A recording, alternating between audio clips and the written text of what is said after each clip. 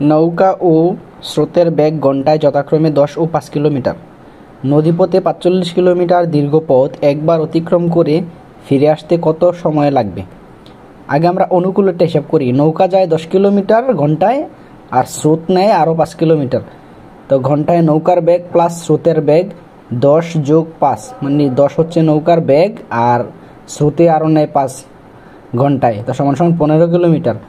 তো 15 কিলোমিটার যদি 1 ঘন্টায় যায়, তো 45 কিলোমিটার যাইতে কতক্ষণ সময় লাগবে? সুতরাং যেতে সময় লাগবে 45 ভাগ 15 সমান 3 ঘন্টা। এখন প্রতিকূলের হিসাব, ঘন্টায় নৌকা মাইনাস স্রোতের প্রতিকূল। নৌকায় যায় 10 কিলোমিটার, আর স্রোতে আমাদেরকে আরও 5 কিলোমিটার পিছাই দেয় প্রতি ঘন্টায়। তো 10-তে যদি 5 কিলোমিটার পিছাই দেয়, তো 5 কিলোমিটার থাকে। তো 1 ঘন্টা যায় 5 কিলোমিটার। সুতরাং 45 কিলোমিটার যাইতে সময় লাগবে 45 ভাগ 5 সমান সমান 9 ঘন্টা। তো এখন মোট হিসাবটা করি।